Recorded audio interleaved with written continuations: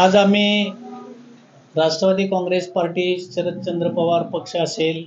काँग्रेस असेल, शिवसेना असेल, इतरही मित्रपक्षाच्या सहकारी कार्यकर्त्यांना बरोबर घेऊन तहसीलदार साहेबांना एक निवेदन दिलेलं आहे,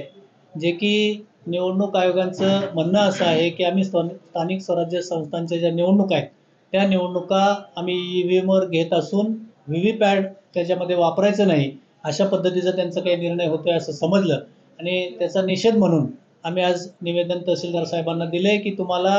EVM मशीन बरोबर व्हीव्हीपॅट हे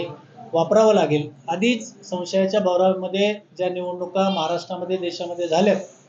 त्याचा संशय आणखीन बळवण्याचं काम किंवा या निवडणुकीमध्ये वेगळ्या पद्धतीचा काही घोळ करण्याचं काम चालू आहे का काय, अशा पद्धतीची शंका असल्यामुळं आम्ही सगळ्यांनी तिथे ती मागणी केलेली आहे. आणि जर आपल्याला व्हीव्हीपॅट त्या ठिकाणी वापरायचं नसेल तर निवडणुका ह्या बॅलेट पेपरवर घ्याव्यात, अशा पद्धतीची आमची मागणी त्या ठिकाणी आहे. आणि जर अशा पद्धतीचा निर्णय झाला नाही तर महाराष्ट्रातील असेल, देशातील असेल, सगळ्या विरोधी पक्षाच्या नेत्यांना, कार्यकर्त्यांना बरोबर घेऊन